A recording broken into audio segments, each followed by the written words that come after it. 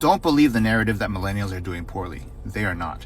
The average millennial is 36 years old. They can't afford to buy the house. So therefore, their future self is poorer. They have less savings. They've got debts from university. So they don't have the ability to get out of this trap. No matter what generation you're in, boomers, Gen X, millennials, there's always going to be 90%, the vast majority, who are doing poorly. So you're going to hear that more often. But millennials are not doing poorly. They are now over 30 years old, and the ones that became financially literate are separating themselves out.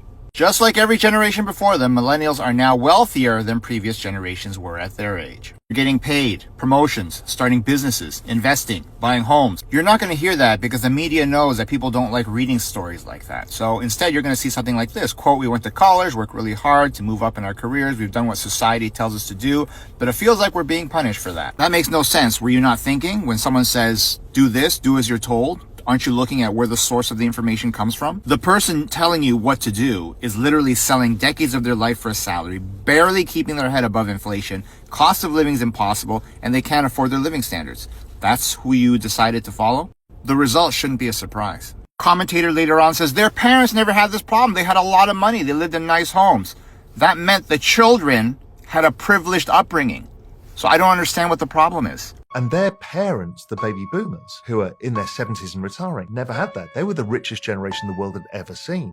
You're suffering, but your parents did really well. That means you did really well growing up. So what happened? What's more likely is that the parents weren't living the luxury lifestyle that you think they were.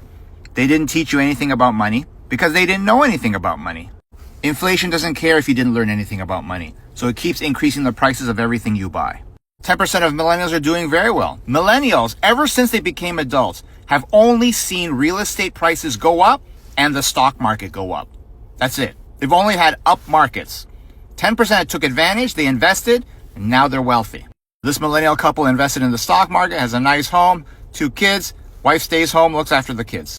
This millennial couple also has a nice home, stock portfolio, nice dog, no kids. Just like every other generation before millennials, the only way you could have failed is if you invested nothing. 0.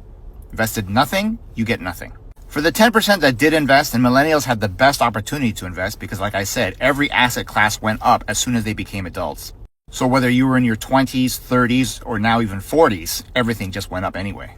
Just like every generation, millennials are now the richest in history. As millennials become richer, the media is going to move on to Gen Z. Oh, Gen Z can't afford anything. And guess what? They'll eventually become the richest too. Learn about the people in your generation who are actually getting wealthy that the media won't cover. Download my free newsletter linked off the bio. Good luck. Take care.